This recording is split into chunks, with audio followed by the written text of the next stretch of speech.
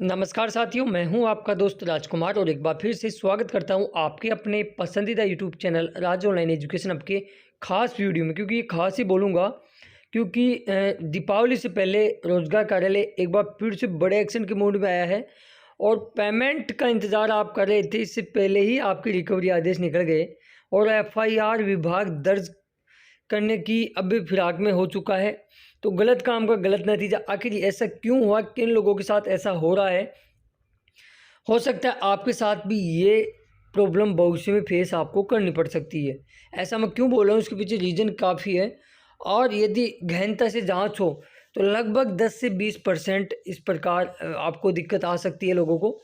और दीपावली भी आ गई, अब पेमेंट का क्या हालचाल है भैया, आएगा कि नहीं आएगा, आदेश जारी, तमाम बिंदुओं को लेकर अपन डिस्कस करेंगे। इसके अलावा जिनके फॉर्म हाल ही में अपलोड हुए थे, जिनको हाल ही में इंटर्नशिप मिली है, वो भी इस वीडियो को देखें, उनके लिए भी खास है। और अगस्त के कुछ जिलों के बिल पास और हुए हैं, उस पर हम चर्चा करेंगे।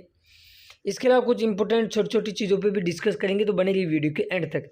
आगे बढ़ूँ उससे पहले सभी पहले साथियों से गुजारिश भी करना चाहूँगा कि जो साथी चैनल पे नए हैं, चैनल को अब तक सब्सक्राइब नहीं किया है जरूर कर लें, नोटिफिकेशन बेल को दबा के और पे क्लिक कर लें। लगभग 105 सब्सक्राइबर अपने बच्चे हैं 23,000 होने में, तो कर दे दिवाली से पहले ये चीज़ आप। चलिए शुरुआत करते हैं। सबसे पहले तो मैं यहाँ काफ़ी चीज़ों और पर्सनल डिटेलों को, तो चलिए शुरुआत करते हैं, सारा कुछ अपन जानते हैं। सबसे पहले तो कुछ इम्पोर्टेंट मैं आपको स्क्रीनशॉट दिखाता हूँ और वो आदेश की कॉपी भी दिखाता हूँ। आप यहाँ देख सकते हो, राजस्थान सरकार द्वारा जिला रोजगार कार्यालय सवाई माधोपुर द्वारा 16/10/2024 को ये आदेश बाई डाक द्वारा भेजा गया है कैंडिडेटों के पास। जो ज़्यादातर डाक या पोस्ट हैं वो इन दिनों में उनको रिसीव हो रही है। लगभग पिछले 3-4 दिन में मैं बात करूं तो 30 से 35 लोगों ने मुझे इस प्रकार के आदेश भेजे हैं कि सर हमारे साथ ऐसा हो गया, अब हम क्या करें, हमारे पास आगे क्या ऑप्शन है। जब मैंने रीज़न जाना कि उनके साथ ऐसा क्यों हुआ, वो भी बड़ा हैरान करने वाला था। फटाफट से मैं वो आदेश दिखा देता हूँ आपको।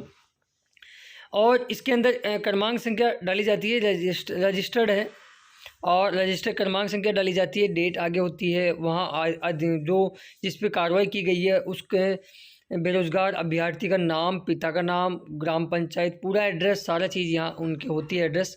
और विषय में होता है कि उटरचित उपस्थिति प्रपत्र में मुख्यमंत्री युवा संबल योजना बेरोजगारी भत्ता उठाने के बाबत।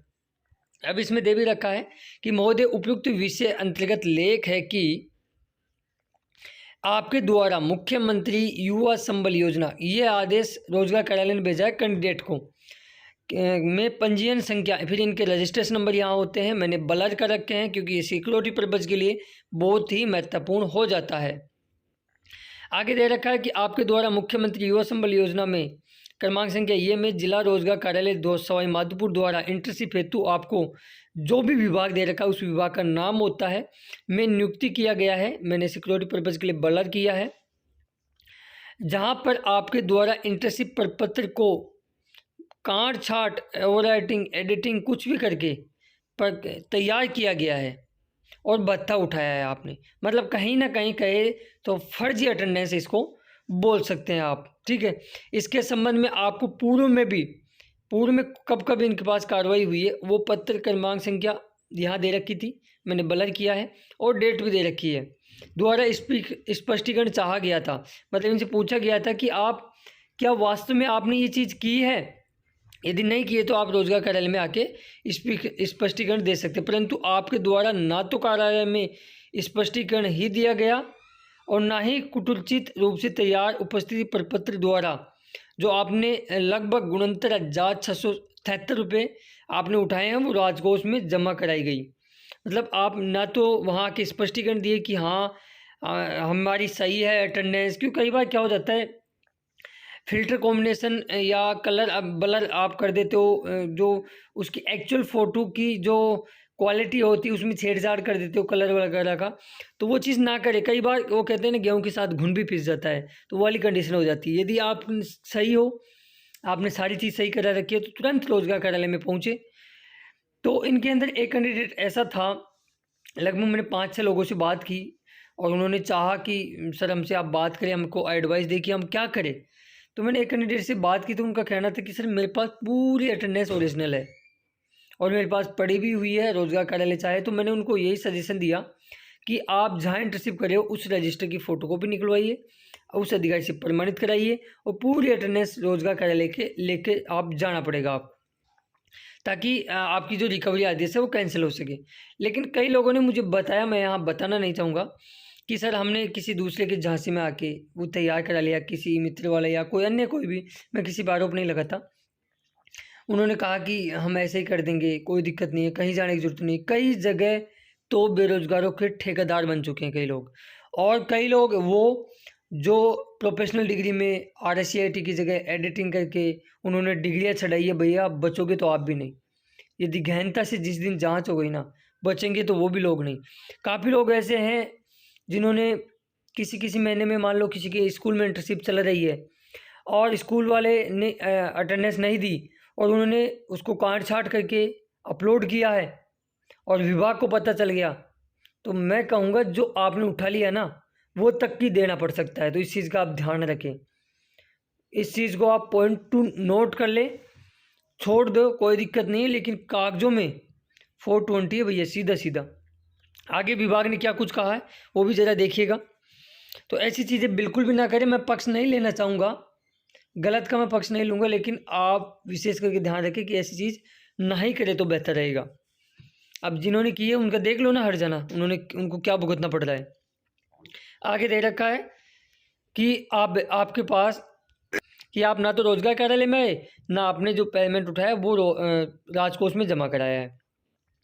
क्यों नहीं आपके विरुद्ध, यदि दोनों चीज़ इन्होंने नहीं की तो विभाग ने फाइनल इसमें लिखा है कि क्यों नहीं आपके विरुद्ध नियमानुसार अभियोजन कार्रवाई, यानी अभियोजन का मतलब होता है FIR, कार्रवाई अमल में लाई जावे।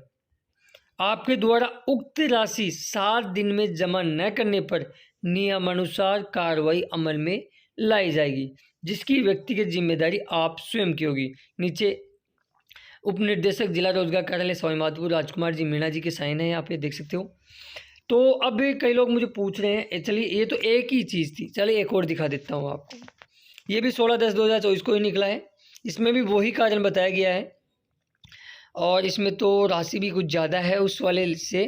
इनको तो इसमें आप देखोगे, इन्होंने कहा कि आपको काट-छाँट करके तैयार किया गया है, भत्ता आपने उठाया। इसके संबंध में आपको पूर्व में भी 2 बार प्रपत्र, यानी 2 बार इनको डाक द्वारा लेटर भेजे जा चुके हैं, लेकिन उन्होंने अब तक स्पष्टीकरण नहीं दिया गया है ना।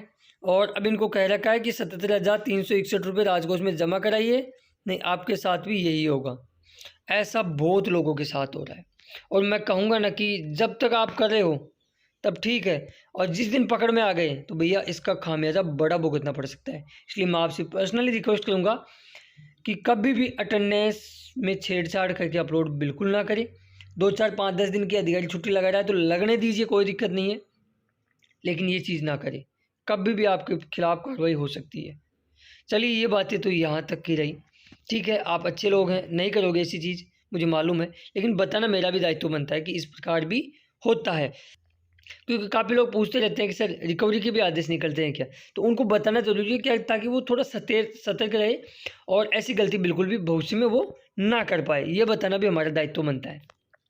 चलिए इसके बाद में कुछ इंपॉर्टेंट चीज़ें पे डिस्कस करते हैं। अभी हाल ही में कल भी सोमवार को इंटरेस्ट मिली है, कई लोगों को आज मिलेगी, तो वो लोग मुझे पूछ रहे हैं कि सर अब हम क्या करें, छुट्टियाँ चल रही है तो अब हम क्या करें। तो मैं आपको बोलूँगा कि आप कुछ भी ना करें, छुट्टियाँ ख़त्म होने का इंतज़ार करें, उसके बाद भी ज्वाइन करके आप अपलोड कर दें, आपका भत्ता बंद नहीं होगा। ये तो विभाग को भी पता है, ठीक है। आगे इंपॉर्टेंट चीज़ें देखो, अब आते हैं पेमेंट पे, सीधा पेमेंट पे आ जाते हैं अपन। योग प्रशिक्षण यानी जो योगा टीचर होते हैं उनके भी 4 महीने से पेमेंट अटके हुए, मानदेय अटके हुए हैं। और जब ये से सरकार आई है, मैं आपको विशेष बोलना चाहूँगा, जब से बद्रीलाल जी की सरकार आई है, वाकई में योजनाओं की जितनी भी योजनाएं हैं उनके पेमेंट पे कहीं ना कहीं एक ब्रेक सा लगा है।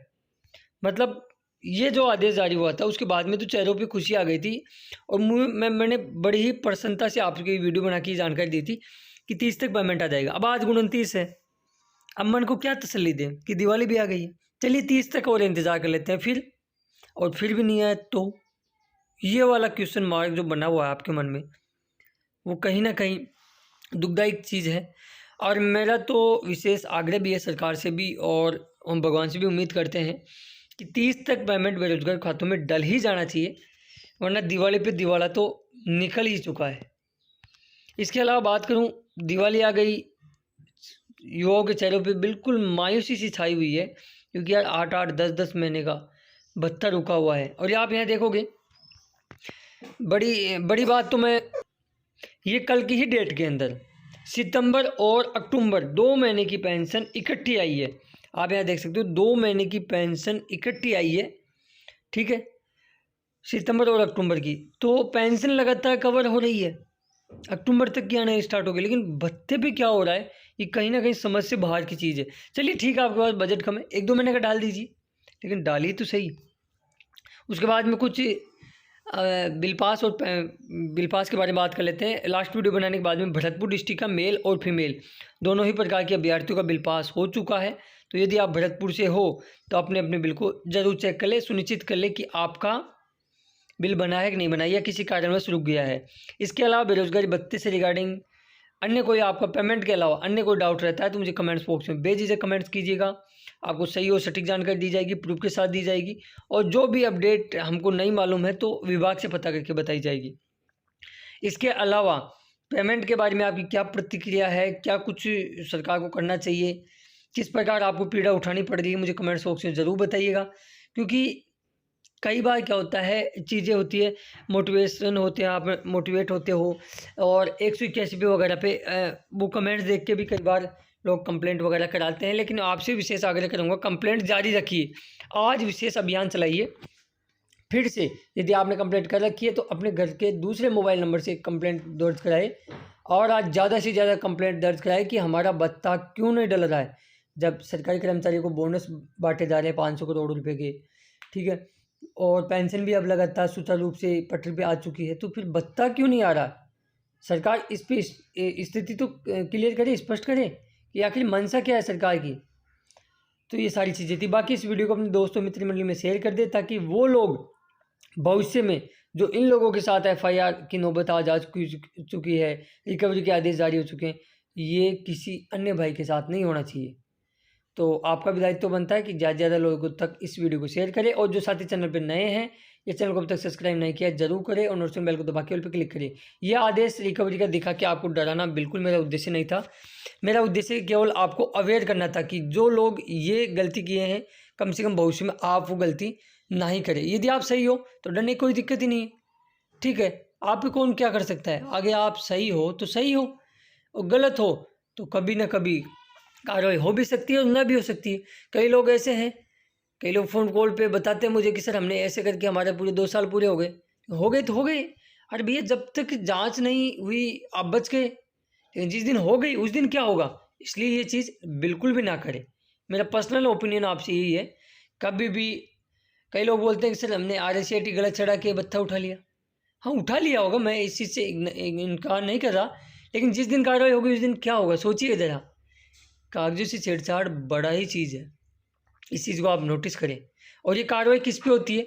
चलिए, कई लोग कहते हैं कि सर हमने ई-मित्र वाले नाराज़ ना हो, लेकिन कुछ लोग होते हैं ऐसे कि ई-मित्र वाले की झांसी में आके इस प्रकार करा लिया। लेकिन भैया, ई-मित्र वाले पे कार्रवाई थोड़ी होगी। कार्रवाई किस पे होगी? जिसकी SSO ID पे चीज़ें अपलोड हुई है, यानी खुद प्रार्थी पे कार्रवाई होगी, और आप इस ई-मित्र वाले का कुछ भी बिगाड़ नहीं सकते। इसलिए मैं आपको बोलूँगा, कभी भी ये चीज़ बिल्कुल ना करें, और जिन्होंने कर रखी है तो थोड़ा सावधान रहे, अवेयर रहे। ऐसी प्रॉब्लम आपको भी फेस करनी पड़ सकती है। इसी आशा और उमंग के साथ मैं लेता हूँ आपसे विदा। मिलूंगा नेक्स्ट वीडियो में ऐसे किसी खास अपडेट के साथ। तब तक के लिए जय हिंद, जय भारत, जय राजस्थान।